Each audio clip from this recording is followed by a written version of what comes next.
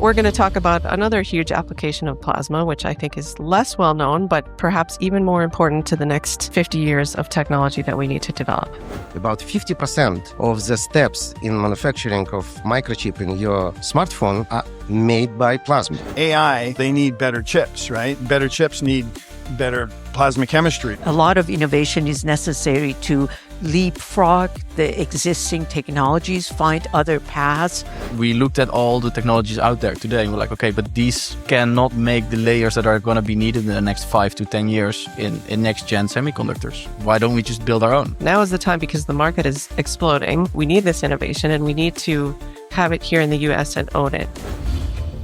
Welcome to Deep Tech Live by SOSV, the podcast where we explore the frontiers of deep tech and its impact on our world, with the help of top technologists, researchers, and pioneering founders shaping tomorrow. SOSV Deep Tech Live. Welcome, everybody. We're here to tell you about some exciting science fiction and how it's becoming reality. So get ready to have your minds blown. So I'm Susan Schofer. I'm a partner here at SOSV. We're currently sitting in our SOSV New York office. And I'm also Chief Science Officer for HAX. HAX is SOSV's hard tech program, where we invest at a very early stage, pre-seed stage, into hard tech companies, and we help them in a very hands-on way. First of all, by oftentimes writing the very first check into the company, so helping them catalyze innovation that's often coming out of a lab and many years of research. And we also help them by working with them hands-on on engineering and building hardware. So hard tech, unlike software, takes time and is capital intensive. So where HAX comes in is really to partner with startups and use our own engineering resources in a hands-on way to turn what might take months of prototyping and iteration and take that time down to weeks or days. So we do all that. We have a global team, but our headquarters are across the river in Newark, New Jersey. So HAX has been around since 2012. But just last year, at the end of 2025, we announced a partnership with Princeton Plasma Physics Lab. That partnership is funded by the New Jersey Economic Development Authority. So the NJEDA put $24.5 million into that partnership. We ourselves at SOSV will put another $24.5 million into the partnership, and PPPL will be putting $2 million worth of resources into the partnership. So over $50 million in this partnership to invest in startups commercializing technologies based on plasma physics. Now, when I say plasma physics, I think the most common thing that comes to mind, let's think about things that come to mind. Number one, the fourth state of matter. So that could be interesting. Number two, fusion energy, right, is something that is based on plasma, and that's really the most common application that people think about. But tonight we're going to talk about another huge application of plasma, which I think is less well known, but perhaps even more important to the next 50 years of technology that we need to develop. So plasma physics is a key enabling technology to the semiconductor industry. Now, everyone knows we couldn't possibly go one more sentence without saying the word AI. AI is taking over our world, and what we are focused on now is, these large language models and everything that's going on there to really enable us to write things quickly, to create slides, all things that kind of live in our world. But really, the transformative potential of artificial intelligence is the world of physical AI. And in order to enable physical AI, what we need is more advanced semiconductors and more advanced chips.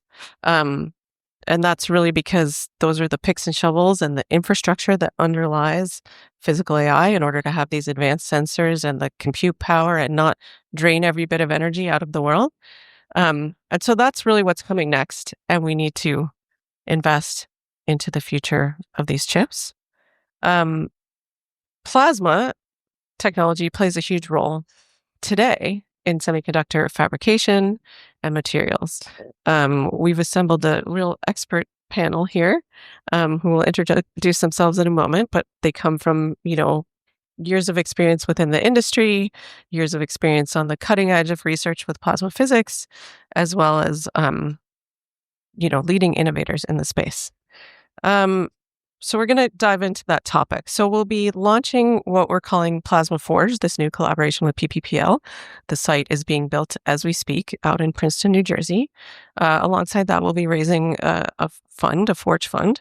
And so, we're now going to dive into this topic and understand why plasma is the most important thing underlying the next generation of compute. And before we move on, we're going to thank our generous sponsor, PTC, who is in this room with us. Thank you very much. Thank you for supporting this event. And there's food, but you have to first listen to what we're going to say. And so we'll start just by going down the line here and everyone giving quick introductions to themselves. So, Gil. Hi, I'm Gil Vanentop. Actually, I have to read my title because I just started a new job a couple of weeks ago. So I just started working for Texas A&M, and I'm in charge of university partnerships. But I think the reason that I'm here is because I retired from Intel last summer after being there for 35 years. I started in plasma etch. I had many different jobs. Another job that was related to plasma is I ran the EUV litho program, and their source is very much plasma related. And then now I'm very interested in what's going to happen in Plasma Forge. Evgeny? Hey, my name is Evgeny Raitis. I'm actually from Princeton Plasma Physics Laboratory. Just for those of you who don't know what this laboratory is, it's a laboratory it's a national laboratory, about 1 hour drive from here. And the only mission of this laboratory is basically to do plasma research for fusion, for other applications, including microelectronics applications, and also for electromanufacturing, and even for sustainable electrical manufacturing. I'm most of my life I'm doing research, so I never work in industry, but I always love to do my research with ideas that it will be useful for industrial applications. And so this is all what I can say about myself. Yes, Olivier Omen, co-founder and CEO of Haltech. We are, as Susan already mentioned, one of the companies that are not doing software for AI. We're actually trying to build the picks and shovels of the infrastructure layer. Background at ASML, so probably one of the most known, semiconductor companies in the world right now, doing the litho step. And we are really pushing into the materials engineering using plasmas, which we'll talk about much more tonight, I guess. My name is Farah Nouri. I've spent most of my career as a semiconductor technologist, but in the past 12, 13 years, I've been an investor in semi industry. So all my career in the semiconductor industry, I founded and ran the Lam Capital, which is corporate venture arm of Lam Research, and then I was a general partner at a financial venture fund, America's Frontier Fund, and then I was setting up a $500 million fund for the CHIPS Act, which was called CHIPS Innovation Fund, until recently, and looking forward to our conversation. Awesome. Thank you. So Farah, and I guess I want to start with you and ask you, you most recently were part of this huge effort to really fund these innovative technologies. And that was an effort initiated by the US government. So obviously that says that we think this technology is super important. We need this innovation and we need to have it here in the US and own it. And can you give us some context as to why that was so important and what were some of the considerations as you built the fund? I think what was really surprising to me was during COVID, people realized that semiconductor industry was so vital to them. Everything, the way we live is the foundation of it is semiconductor industry. And even at the government level, given that China started pouring so much money into semiconductor industry and was seeing how all the fabrication had left the US, even the government finally noticed that we got to do something here. have NVIDIA here, but we couldn't make those chips if it didn't come from Taiwan. The supply chain is very global and not all of it in the US. So CHIPS Act was, most of you hopefully have heard about CHIPS Act. And the people at CHIPS Act really spent years trying to identify what the pain points were for bringing capability back in the US. And several areas were highlighted. One of them was that it was very difficult, and we can talk for hours about why it was very difficult to have startups in the very mature, consolidated ecosystem of semiconductor industry. And also, once you had those startups, there were multiple valleys of death that confronted these startups. So there was funding, there was ecosystem. There's a lot of challenges along the way for a company like Olivier's to get to the finish line. And the fund was one piece of the early stage fund was one piece of trying to address those challenges. But ecosystem is also very important. Thank you. So, Gil, I want to ask you, let's help our audience understand, how is plasma used today? Where is it used? Why is it used? What amount of manufacturing leverages that? And why is plasma so important within semiconductor fabrication? Yeah, like I said, my first job, actually, when I did my PhD, it was on plasma deposition of amorphous carbon. And then I did plasma oxide etch as my first job at Intel. And I did that for quite a while. So we use it for mostly for etching, also for deposition, right? Also for cleaning. Like I mentioned, it's also used as a source for EUV lithography. Those are just a few examples, right? There are many more. But the reason I think it's so important is that the amount of space that exists in terms of plasma chemistry and plasma processing versus the amount of solutions that have been identified. I mean, the experimental space is semi-infinite, right? And the standard methodology for finding a solution is an engineer, like in an Edisonian manner, like doing experiments and trying to figure out how to optimize the process, right? In this crazy infinite space. And so for new devices, for more energy efficient devices, we need to introduce new materials. We need to create new structures, with very, very high precision.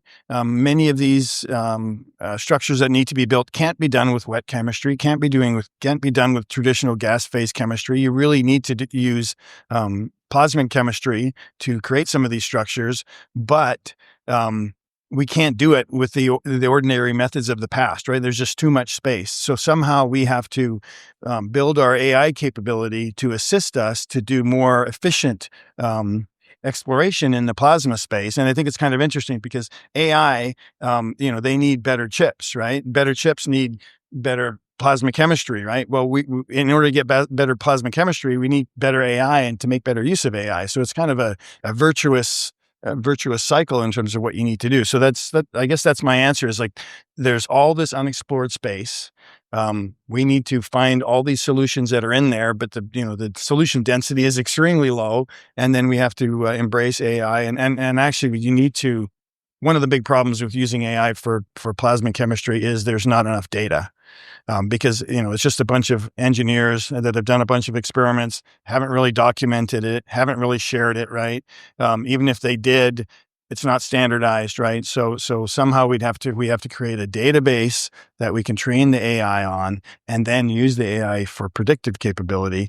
I don't know how hard that's going to be, but I think Evgeny understands that a lot better than I do. We are actually trying to, of course, we're not building our own let's say AI or anything, but I think with AI, we are trying to specify how we do our tests, right? So obviously it doesn't know a lot about exactly what we do, but we're pushing the boundaries of physics in operating space. And what we are really mindful about is that we say, okay, guys, let's do one test there, one test there, and one test there. And then compare those results and see if we're in the right direction, yes or no.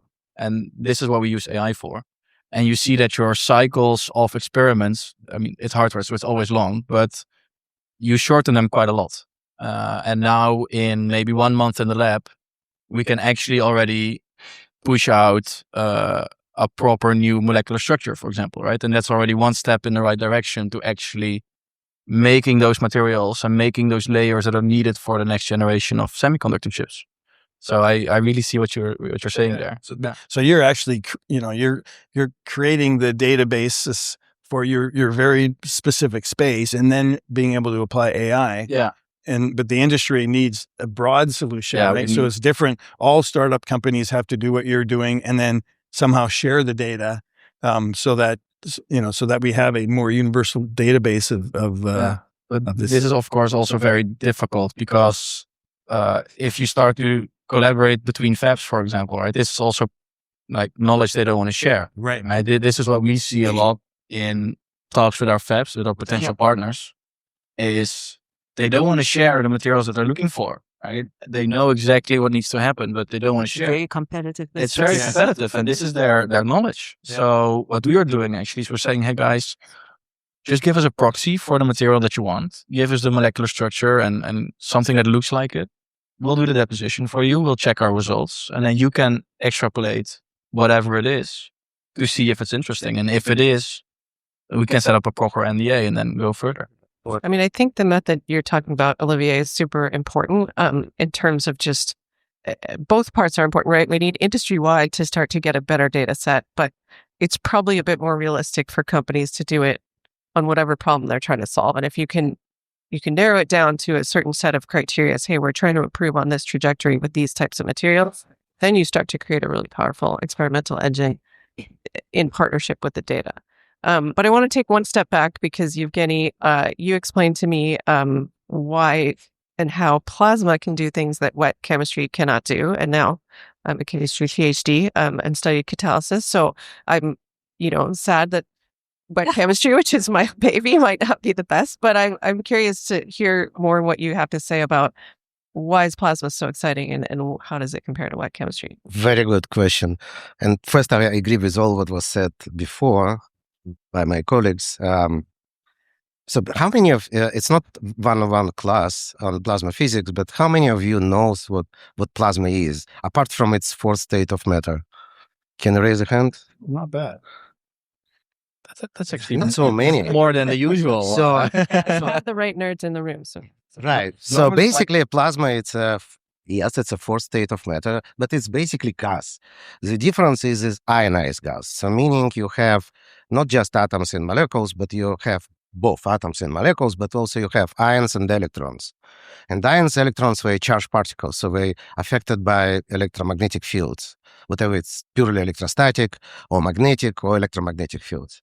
And this makes complicated. Even Earth magnetic field in some cases can affect trajectories of particles, depending on collisions between these particles. So it's a pretty, even in the most simple case, it's a pretty complicated soup of species. Now, imagine if it is active chemical species, for example, oxygen atoms, so oxygen molecules, which by collisions with energetic electrons become to be atomic oxygen, which is quite aggressive, chemically aggressive. Now, imagine if it will be more complicated gases, which are used in semiconductor processing. And so complexity growing and growing as we're going with applications. And especially for semiconductor applications, where semiconductor nanofabrication, where for different steps of processing, of making microchips, we're using different chemistries. And remember, about 50% of the steps in manufacturing of microchip in your smartphone are made by plasma. And it takes maybe a pretty long period of time, about maybe months, if not longer, to make this microchip. And it's repeating steps. And plasma chemistry, which already was mentioned before, is you need to control it. If you don't control, then each of our phones will work differently. And then we will not be able to communicate. And so therefore, to reach selectivity, reproducibility, or repeatability of the processing. It's the most complicated and challenging things. How to do that?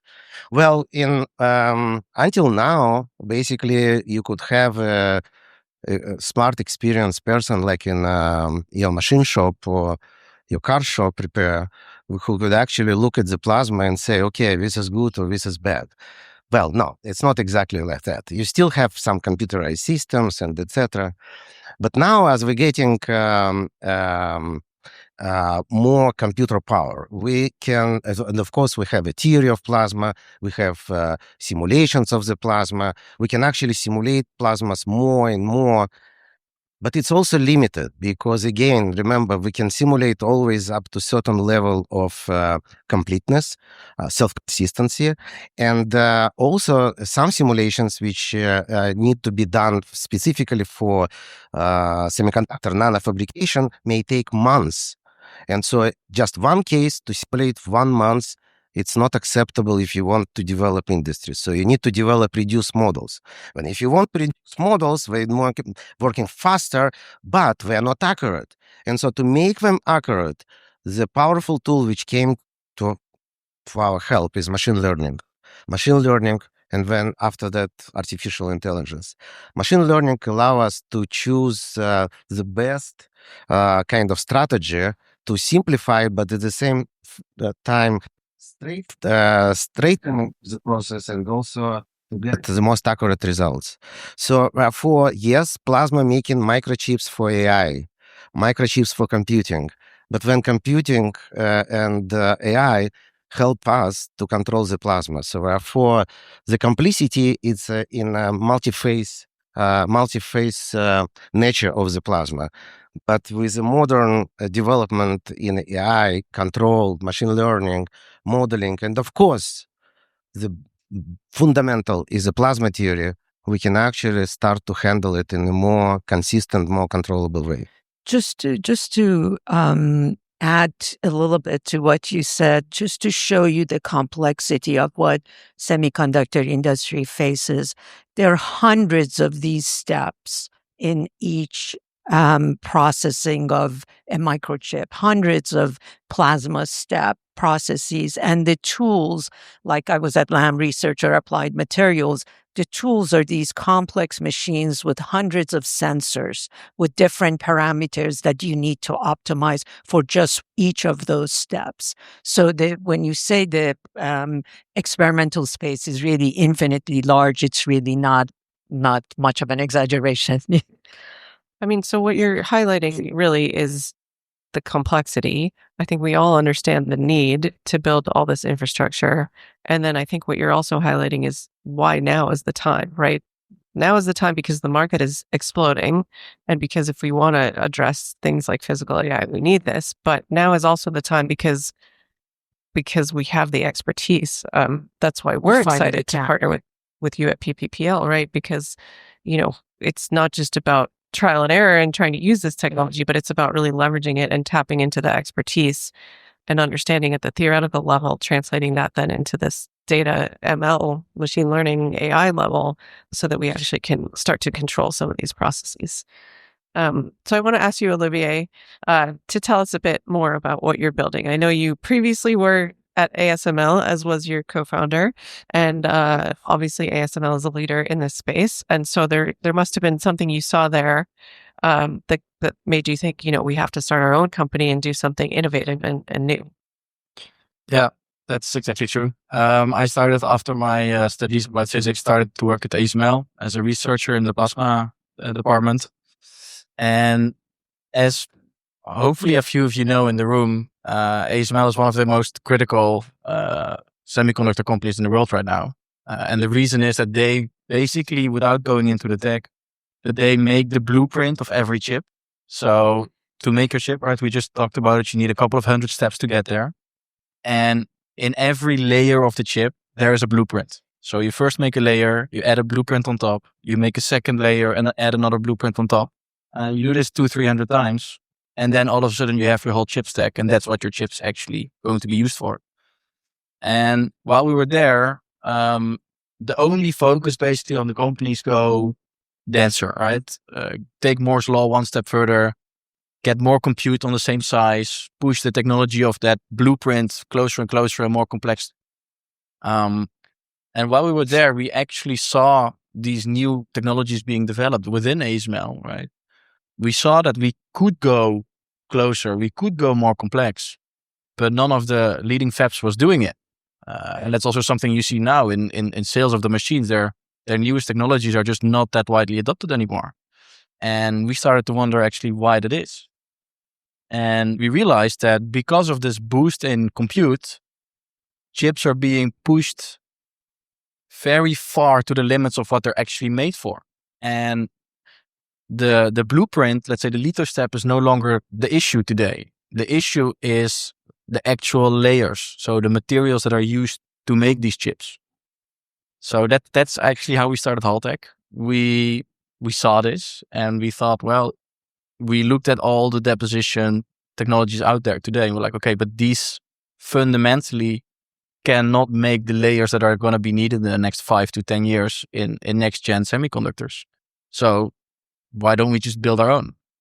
It was or this or an AI wrapper, but we chose this. Yeah, that's interesting. When it was a few years ago now, but working for Intel, working with let's say Google, looking at failure mechanisms in their data centers, right? Then they would show, okay, well, these are the conditions and this chip only lasted this long and we want it to last longer. And we're like, well, you're not supposed to use those conditions, right? They're outside of our specs. And they're like, well, we did the calculation. If we run them this hard and we have to replace them this often, it still makes us more money, right? Even though we're violating your specs. Yeah. And it's like, so they're just pushing it. So it's no wonder that the materials can't meet, the conditions that they're asked to meet, but they're just being pushed harder and harder. Yeah, like temperature is one of the biggest problems, right? And the fundamental reason why it's one of the biggest problems is because the layers are just not good enough anymore to get rid of the heat in the inside of the chip. And that's actually one of the first use cases we're looking at. So we're looking at, can we make materials or can we make layers with molecular structures and with the performance that can boost those thermal conductivity? And if we can, TBD, then we can basically show that we can actually push those chips to the next level. And yet they're just not made for the amount of power that's being put in today. If I may just add about ASML. So you mentioned at the introduction, Susan, that hacks basically form Plasma Forge together with PPPL to support startups and etc. ASML got a technology which is right now, basically ASML has a monopoly, and this technology is very expensive. ASML tools can cost about $500 million each. And it was actually developed by national labs in US, Livermore and Sandia. And then just, from fundamental research about extreme UV, and they probably didn't know where to use it. And SML knew where to use it. And so we built this technology, and now it's one of the top technologies in the world. So and we don't know how to do it anymore. Right. And we don't know how to do it, right? Well, so I think all of that is a great point. And I mean, I think the next big topic that I'd love to hear everyone's thoughts on is just, number one, there's a need for, as we think about national security and as we think about bringing some of this technology and innovation back to the US, it's the innovation, but it's also the adoption, right? So how do we think about what technologies can win? I think there's, generally a need to think about leapfrogging, right? It's not just about, can we copy what's being done by TSMC here, or can we copy ASML here in the US? We need to think about innovation. And I guess, Farhan, maybe how do you think about this leapfrogging idea, and what do you look for when you're thinking about this that? This was much of the topic of CHIPS Act. How do we bring the innovation back, bring manufacturing back, bring supply chain back in the US, at least to the extent that we can be secure? And of course, a lot of money started going into manufacturing and talk of building new fabs, as the fabrication facilities in semi-industry are called. But just building buildings doesn't bring you back the industry. You need to bring back the innovation to the industry, bring back the and how you do that. This is um, uh, it's really hard to be competitive by just chasing the existing technologies. So a lot of innovation is necessary to leapfrog the existing technologies, find other paths to get to the next node, next level of innovation.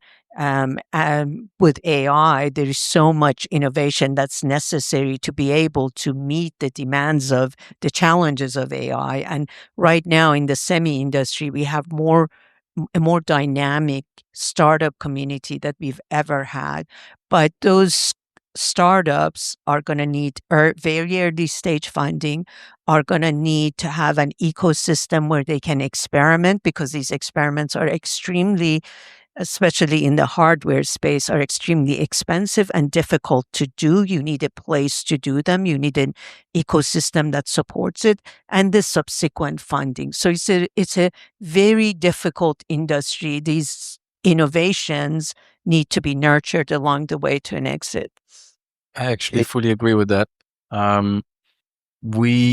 Let's say, first of all, right, as you mentioned, even if you build the same fab as TSMC has in Europe or here, it doesn't really matter, because you're going to hit the same problems as they're hitting, right? So you build a chip that's the same. That's not going to cut it, right? If we need to go further, you really need to innovate. And at least from my personal experience from the last couple of years working at Haltech,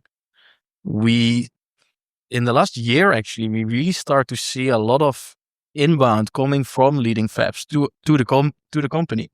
Well, normally these fabs are notoriously difficult to get a hold on or get in touch with. And I really feel like the last year, 1.5 years maybe, people have been really open for innovation in the fab. Yeah, I've been an investor in this industry for 12 years. I've never seen so many startups, which is really in this industry, which is very, very encouraging. But they can die if you don't.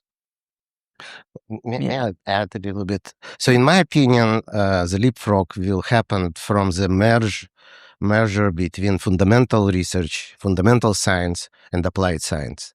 And with startups, which you just mentioned, many of them formed by former PhD students who graduating, studying, discovering some new fundamental things about materials, about plasmas, and then opening these companies based on these ideas which we learn while doing fundamental research for PhD visas, and then bringing them to the practical life. And this example which I mentioned about ASML, Livermore National Lab, Sandia National Lab, it's exactly kind of proof of the concept, because labs did fundamental research, ASML did applied research, and here we are. We got very good device, very good tool, which is now making future for microelectronics.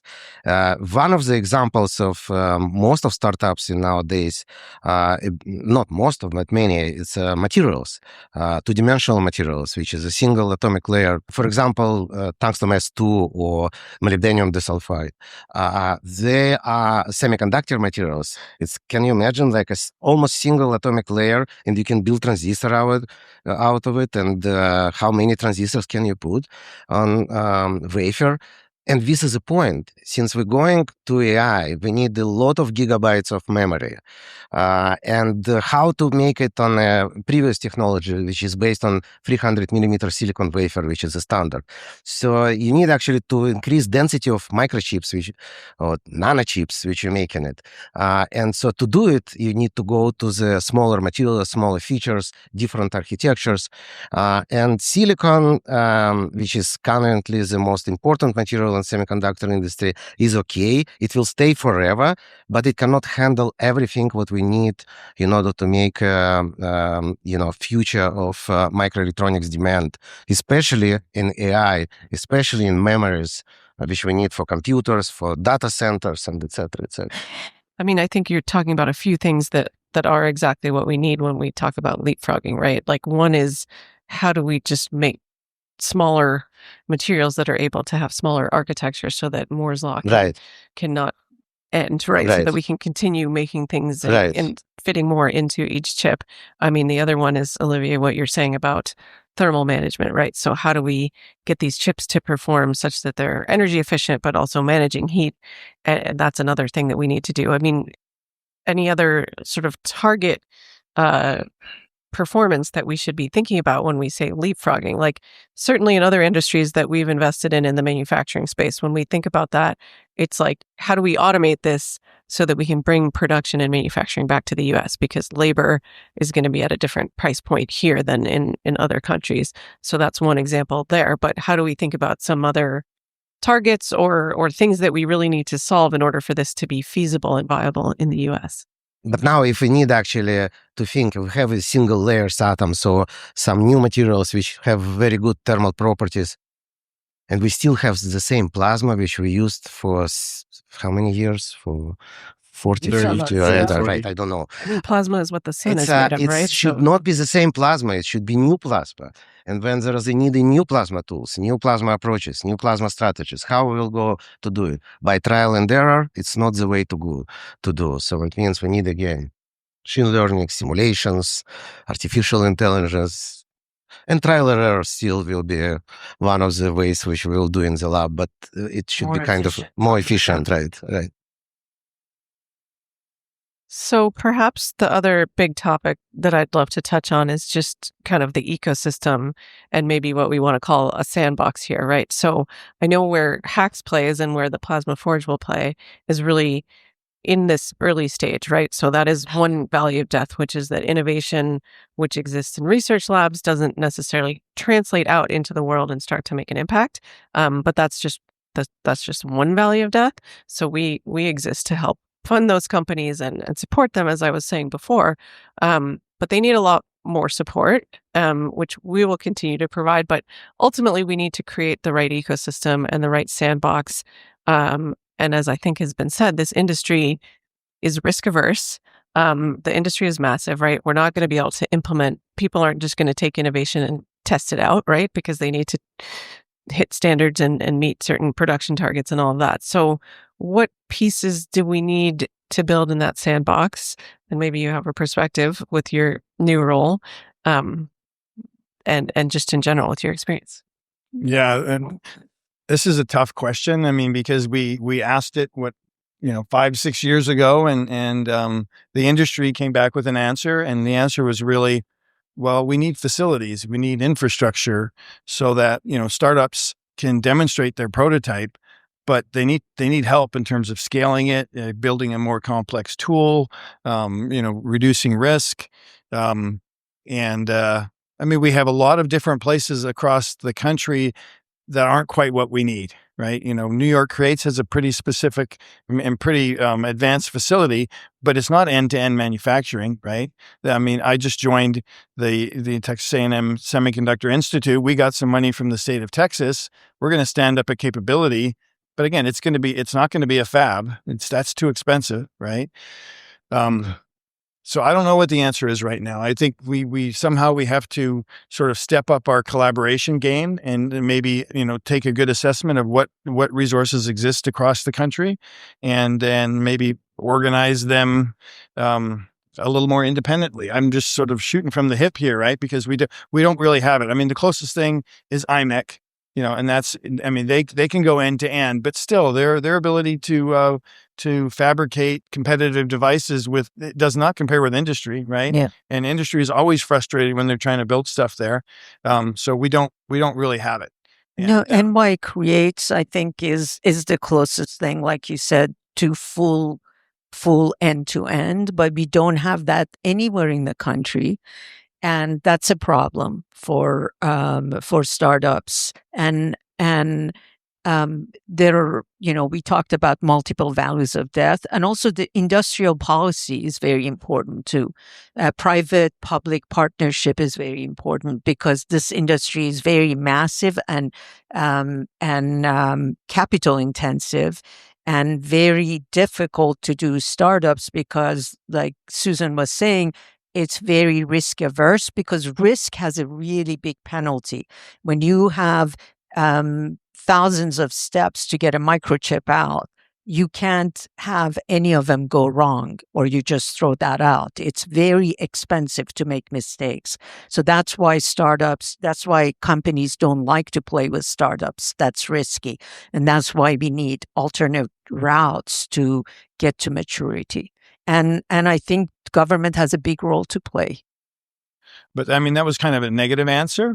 But I mean, this was our first day at Hacks, and we got shown a bunch of examples of some startup companies that have some. I mean, they have some amazing. I saw, at least half a dozen complete surprises to me in terms of being familiar with sort of the state of the art in the industry and completely new ideas that look like they've got legs, right? And so that the other half of it is the innovations there.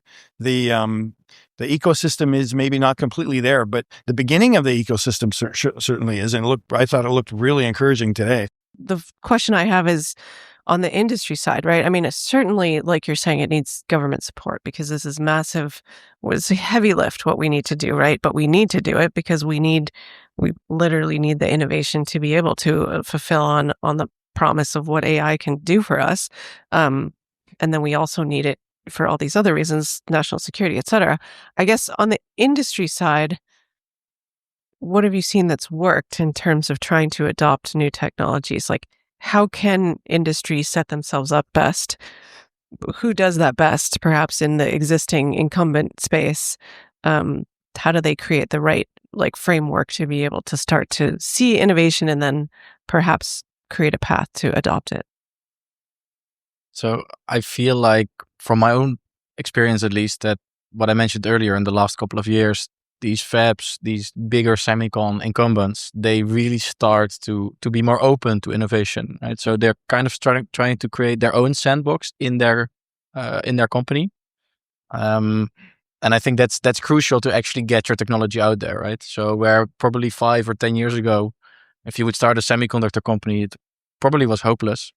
And now, because there's so much actual need, there's so much need that as you mentioned as well, like those big incumbents, they're opening up, and not because they want to, but because they have to, right? And our company is currently based in Europe, right, in the Netherlands, next to ASML, because that's where we have to poach all our good talent. But we see this in Europe, but we also see it in the US. There's a lot of stuff happening with Intel in the States as well. And all these fabs are really open to start these collaborations. And all these major semiconductor companies have started their corporate venture arm.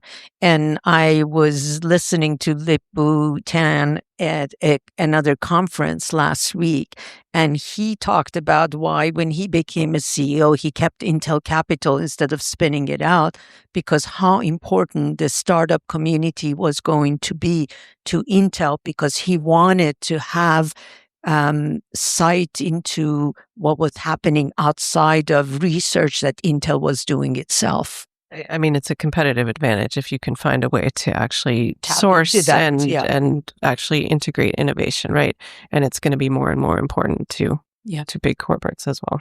Yeah, but it's pretty hard to take a university invention and even a startup prototype and adopt it into a company like Intel. I mean, the best thing that I've seen is that you work together. I mean, okay, well, maybe a company like Intel does more of the far-reaching support of student programs, right? Because it's harder for an equipment supplier to do that than someone like TSMC or Intel. But then probably that idea, maybe it has to be bought out by a bigger supplier company because they know how to to de-risk the technology. They're a lot more experienced in terms of building new equipment that's actually fab compatible, right? And for a startup to make it all the way across without the help of an incumbent, I think is almost impossible. And I think that the supplier industry is still it's not all monopolized, right? It's a healthy competition, right? So it's still a good environment for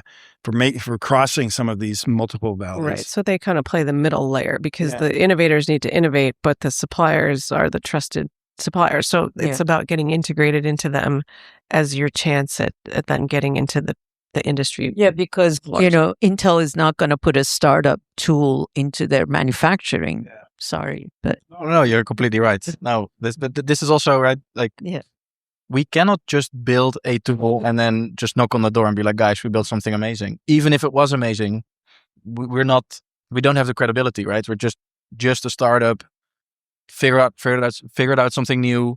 We don't have 20 years of credibility to show for. And of course, you have to tap into the ecosystem of companies that have. Yeah. So they can kind of take you by the hand, and together you can get this technology into the fab as quick as possible. That's the only way. All right. Well, on that note, thank you all on the panel for joining the conversation. I appreciate all of your insights. Thank you all for joining us today. We'll be around so we can take questions over food and drinks. Thank you.